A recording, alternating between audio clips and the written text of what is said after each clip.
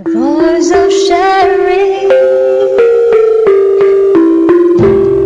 during ASEAN.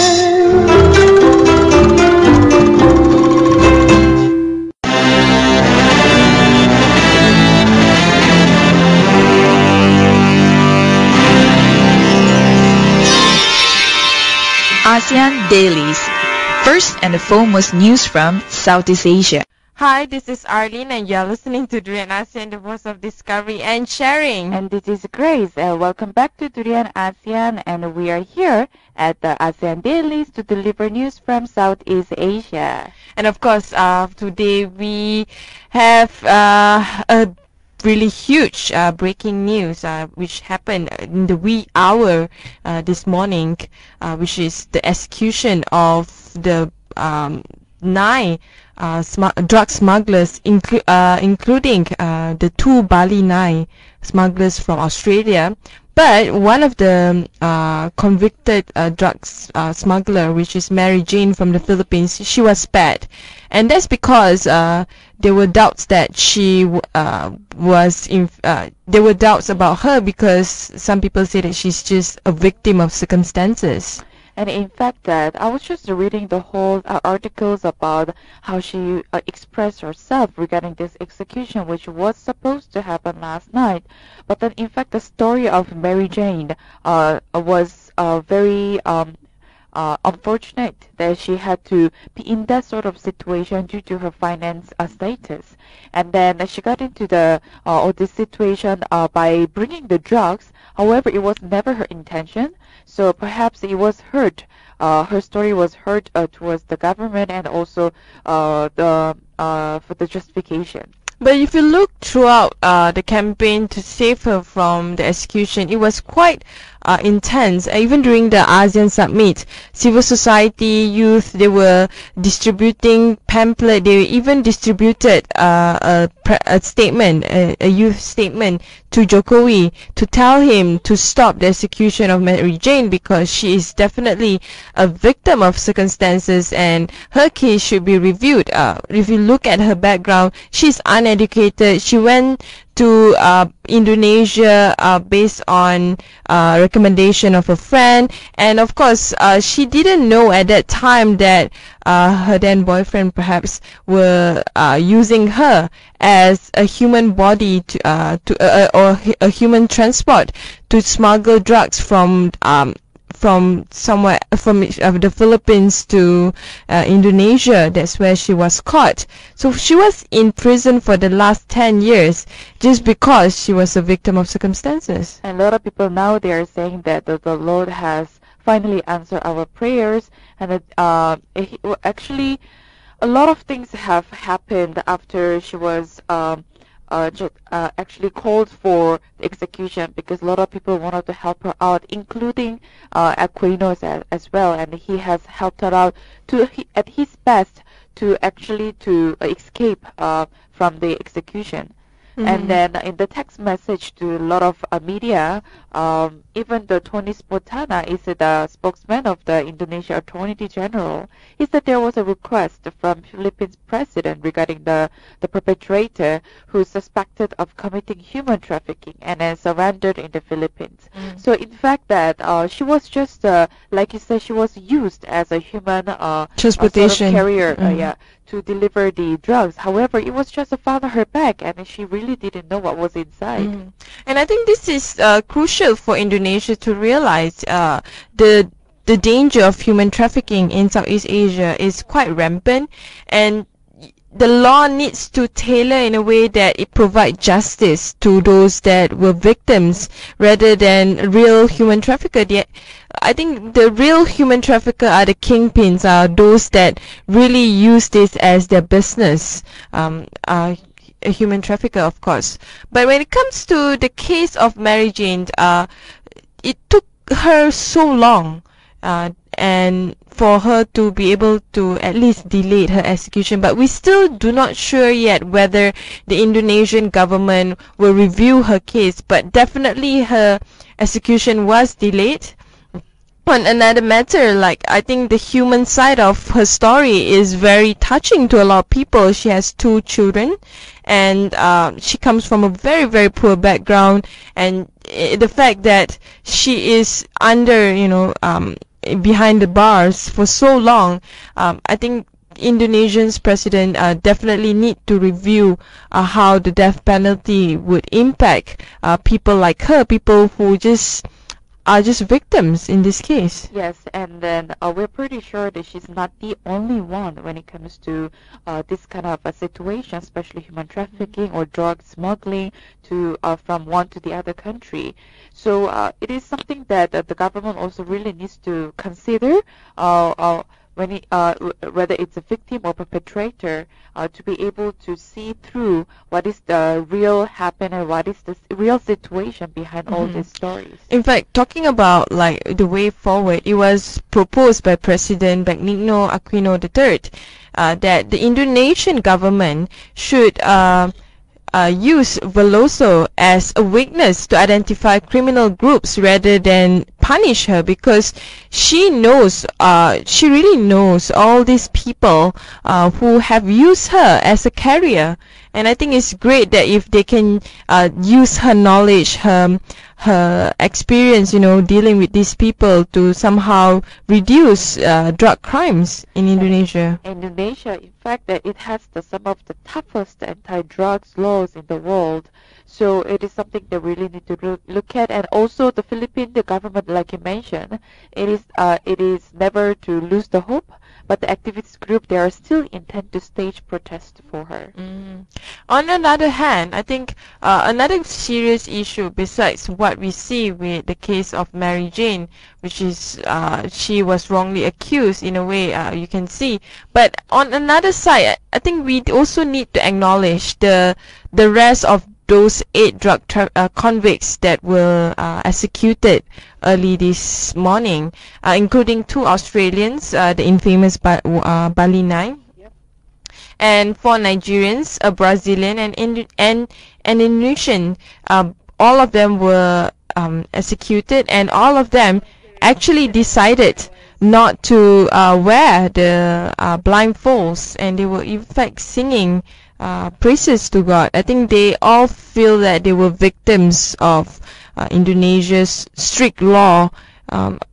Personally, I do feel that death penalty for drug smuggling is a bit too much.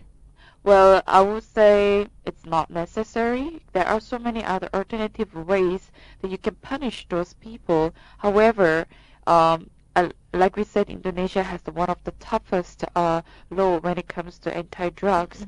So perhaps it's the population there, or it's just the number of smuggling drugs has been just increasing without stopping or reducing. Perhaps that's why the law is just becoming stricter and stricter. And I think what we are seeing right now, the campaign to save Mru Sukumaran and also Andrew Chan, which is the 2 Australian drug convicts, that Australians were trying their best to save them. Unfortunately, they are dead now. Indonesian law is so strict that they don't care.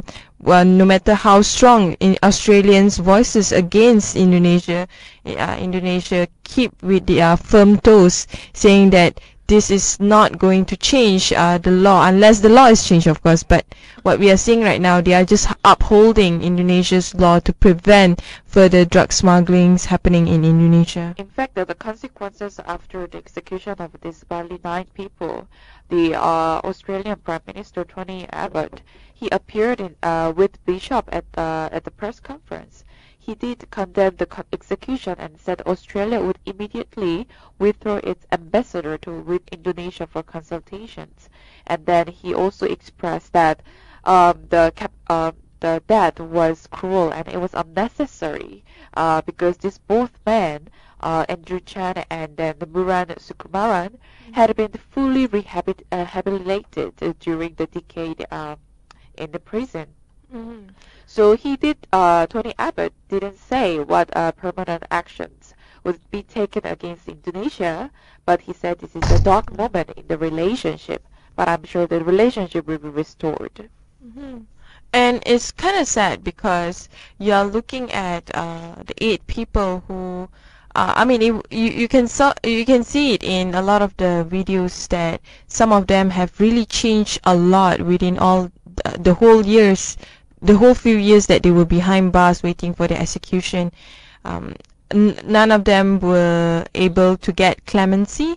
Well, Mary Jane, she didn't really get clemency, but her verdict was definitely being delayed at the very last moment, at the nick of time, which hopefully would be able for her lawyers to make some move to save her from the execution.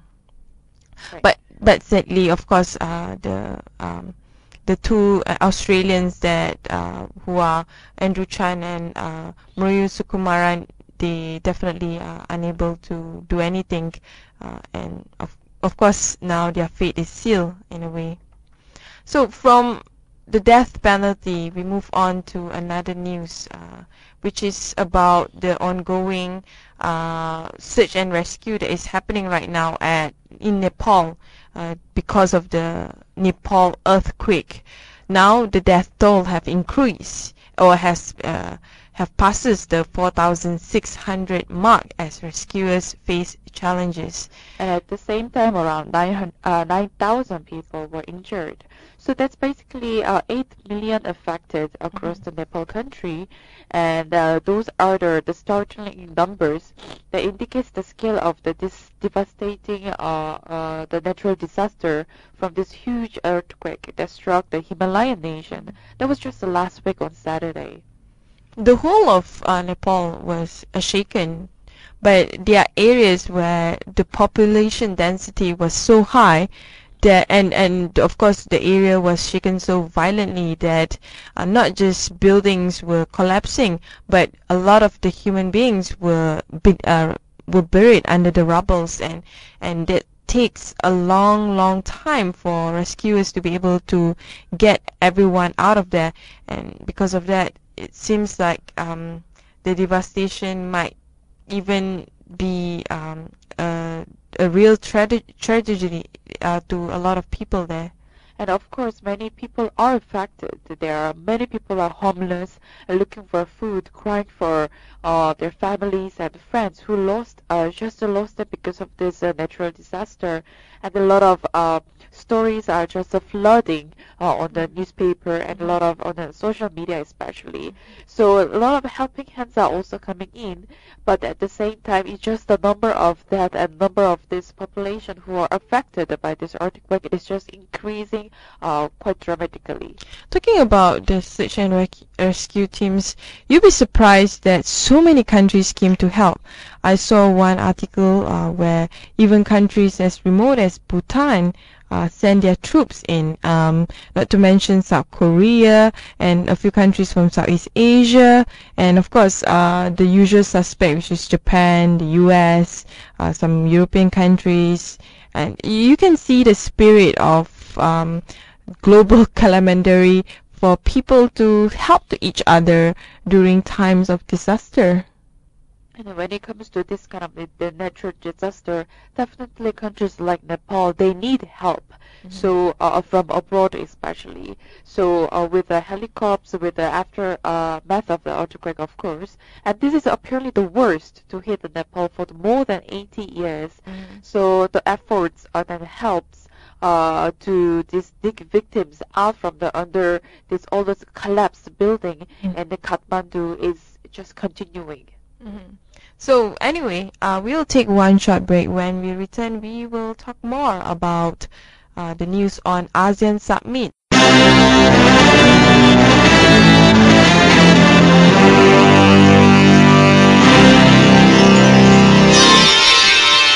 ASEAN Dailies. First and the foremost news from Southeast Asia. Hi, this is Arlene. Welcome back, this is Grace. And of course, you are with us at our ASEAN Daily, where we bring you news from Southeast Asia. So Grace, it's been a whole week of just ASEAN over ASEAN over ASEAN. Yeah, that's correct. And then we were really busy attending a lot of conferences, forums, starting from ASEAN Youth Forum and go to CMB, which was focusing on the protecting heritage, and then moving on to ASEAN People's Forum, and then ASEAN Business Advisory Council Forum, and then an ASEAN Summit. And not to mention the ASEAN Leadership Forum. Yes, that's correct. Which was organized next door. So in fact, there were lots of things happen just last week, and then in fact, at Rian ASEAN, we would love to share a lot of things today with Arlene and Grace here, and perhaps starting with the ASEAN Youth Forum. Yeah, I think the whole of ASEAN Youth Forum is a platform for young people to be able to voice out their concern when it comes to issues that impact youth, and it has definitely been evolving throughout the years ever since it started in Thailand 5 years ago. And what we are seeing right now, the youth want to be part of the ASEAN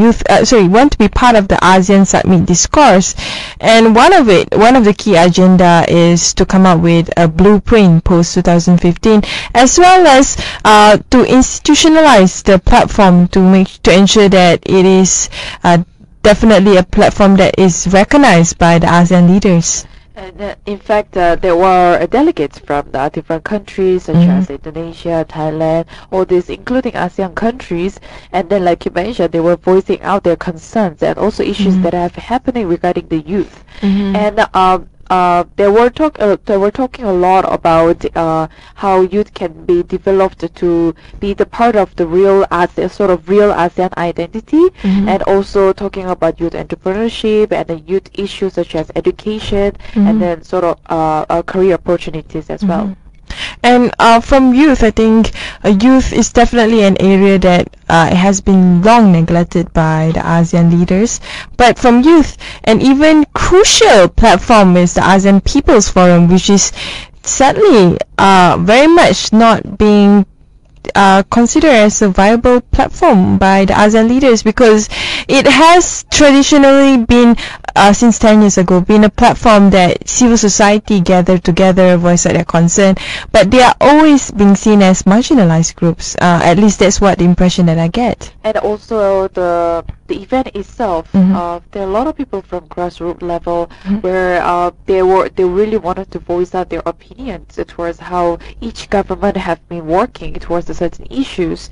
And then when people gathered, it was just that it is a different sort of environment. If you were to compare from ASEAN Youth Forum and ASEAN People's Forum, and especially regarding the human rights and also a bit of environmental issues, there are so many issues that we cannot ignore and we shouldn't ignore.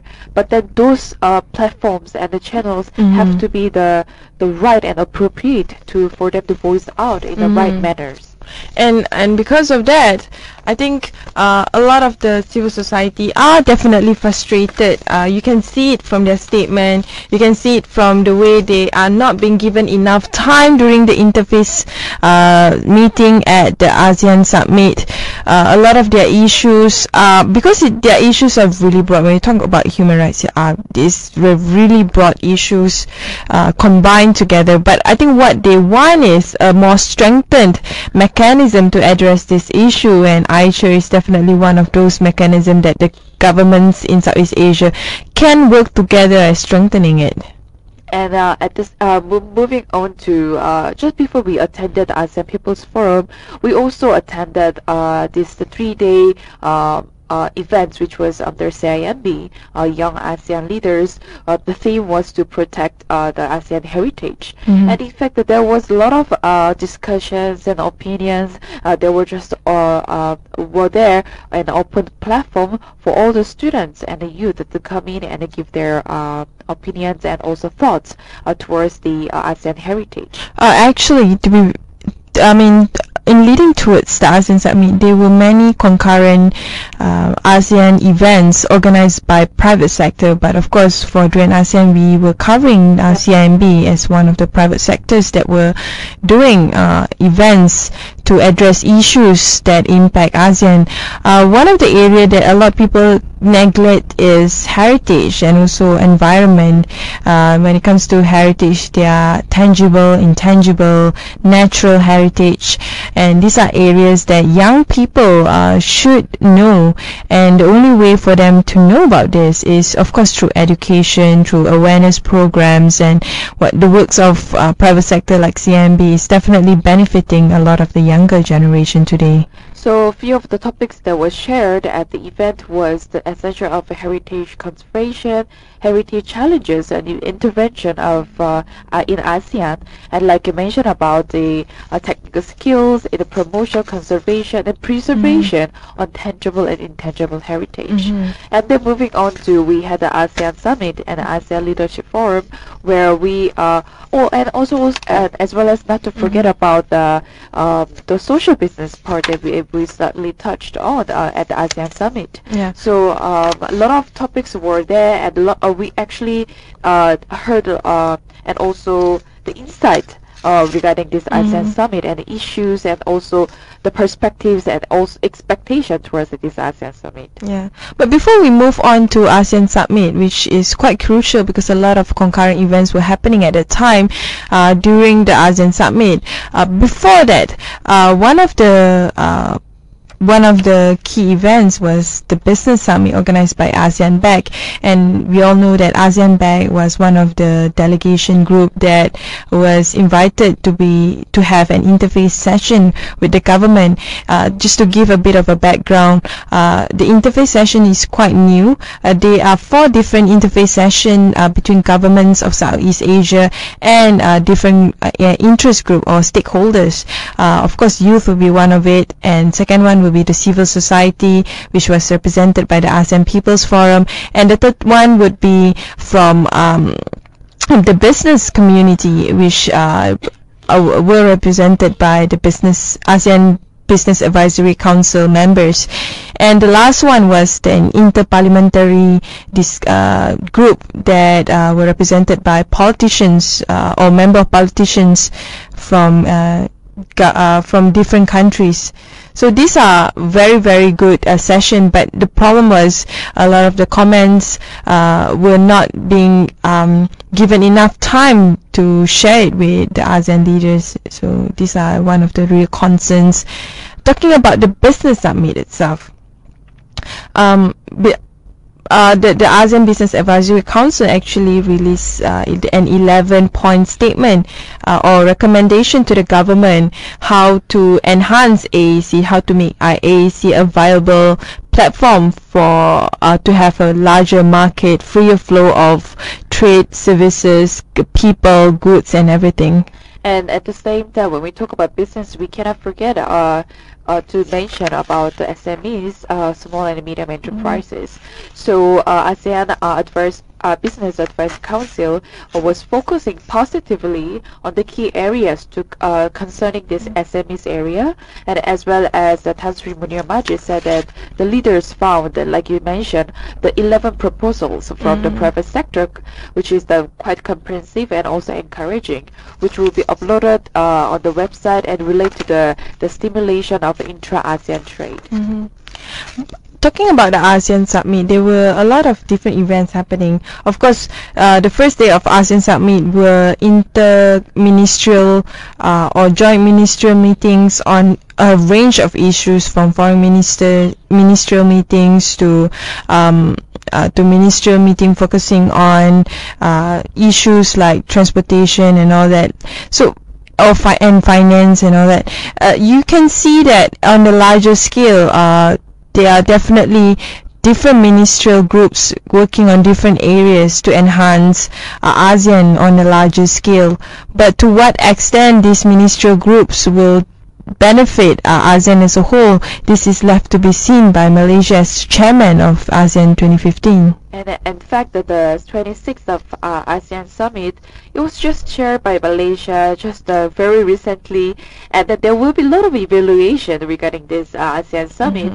And in fact, this is very useful to consider not only the measures actually adopted, but the forms of documents and housekeeping items or proposals that are being forwarded on to other bodies, and also to established ideas put off until perhaps the future meetings or the newer ones that are a table for the discussion in order to get the full picture. So there are certain areas that they are not so they need more clarifications, but then since this 10 member, they operate by this consensus and rotating this chairmanship, there will be a different speed at which it moves depending on the issues. For example, Malaysia will speed up its certain solution towards this issue, whereas other country, when it comes to its own chairman, for example, Laos being the next year chairmanship, they'll be focusing on other issues regarding their own concerns. So the speed will be different. So each time that we have the ASEAN Summit, there will be evaluation. In fact, one of them was the Langkawi Declaration on the Global Movement of Moderates. So it is the initiative championed by the Malaysia over the past few years to promote the moderation as a tool for bringing differences. Actually, I want to highlight, glad that you mentioned about the Langkawi Declaration of the Global Movement of Moderates, because a lot of negative criticism has been thrown at the ASEAN Summit, and it makes sense in a way, because ASEAN Summit has been a very slow process by the ASEAN leaders to address key issues, especially issues relating to geopolitical interests of Southeast Asia. When it comes to the South China Sea issue, Malaysia has been on a very neutral position. Prime Minister Najib has been highlighted again and again on the importance of upholding universal principles, especially on going through the right channel to not offend China. And of course, I think the most concrete recommendation was to have a code of conduct among countries in Southeast Asia as well as with China. And on another area that I think Najib kept on emphasize again and again is ASEAN centrality, seeing ASEAN as a center force rather than trying to be a force to please every superpower on its neighboring countries. And another would be the people-centered ASEAN, which it has been a motto of, or the framework of ASEAN for this year. He emphasized the importance of upholding civil liberties, good governance, human rights. See, talking about issues is one thing, promising issues is one thing, but trying to address it concretely, that's another thing. Of course, with the Global Movement of Moderate Langkawi Declaration, you can see that Malaysia is quite serious in addressing issues related to countering radicalism and extremism, especially in religion. And in fact, Malaysia was hosting a special ASEAN ministerial meeting on radicalization and extremism coming October. So you can see that we are quite serious in this matter. It is very serious. And then just to mention a little bit of the South China Sea issue, which is actually long-term issues that has been happening, and a lot of people know that China, they have been building on islands in South China Sea, and it is completely within the scope of China's actually territory. Well, it can say that it is reasonable, fair, and lawful. It does not affect directly any other countries, but in fact, they claim. China claims 90% of South China Sea, and then there is still the tension between China and ASEAN itself. But you know, the problem is, it's not just tension between China and ASEAN, there are tension among ASEAN countries, because different islands were claimed by different countries, including Malaysia. We are claiming different islands or islets. Malaysia claiming a few islets in the South China Sea. So, I mean, I'm not sure how these are going to be resolved, but of course, the Code of Conduct will be a good, I would say, first step in a way. If you notice as well, one of the, I guess, greatest absent was the lack of U.S. force at the ASEAN Summit. You see countries like South Korea, Japan, China especially, and even the EU were there trying to I guess amplify their voices at the ASEAN Summit, but there were like almost no U.S. voices at all. And it could be really wise decision that the ASEAN should be able to influence China, and then that it is also to their interest and not to be seen as it's a confrontation towards the South China Sea. However, it is then attempt to ease down the tension in this region that can also bring the benefit to China. Yeah, and you are also seeing that because China's force is so huge that a lot of the discussion, even in events that are in leading towards the ASEAN Summit, they were discussing more towards the AIIB, the ASEAN Infrastructure Investment Banks, RCEP, Regional Comprehensive Economic Partnership, and a few and talking about how Chinese company can benefit from the ASEAN market, vice versa. You don't hear anything about TPPA, even if there is, the voices were very minute, and you didn't hear how US interests can benefit Southeast Asia. It's very much lacking. Yes. So so those are the little bit of summary of what we attended this week, starting from ASEAN Youth Forum until the ASEAN Summit. So we will actually talk about more in depth what exactly happened for the past few days, perhaps tomorrow at our ASEAN breakfast call.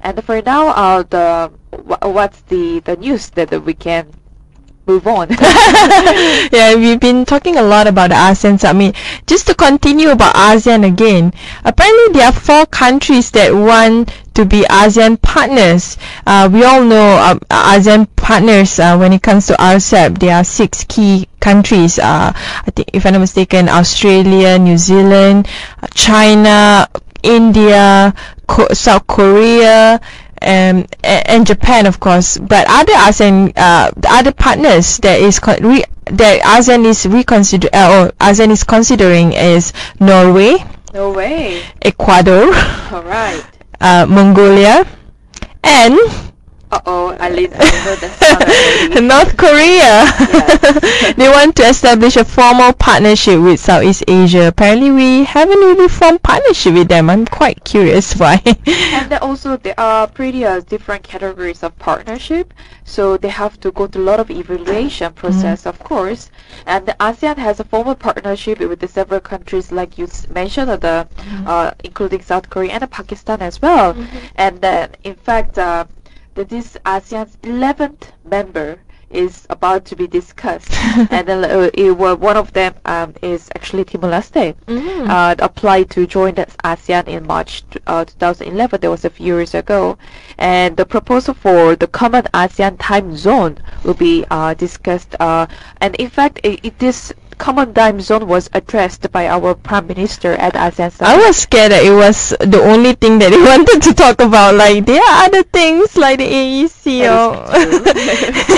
and human rights issue that they can address. But another area that is quite interesting that was highlighted in Prime Minister Najib Razak's speech was during the ASEAN Summit was the Go ASEAN channel. Yes, it is a travel channel under Astro, and it will be live shows in June this year, and they are really focusing a lot of not the issues but the travel places and also food, the culture side of ASEAN, and then it will be aired from Astro from Malaysia proudly in June this year. I'm quite excited about it. That means by next 2 months we'll be able to see or inspired by all the different sight and scene and taste of Southeast Asia. And amazing. It is actually very good stepping stone for ASEAN to also highlight social culture part in Southeast Asia.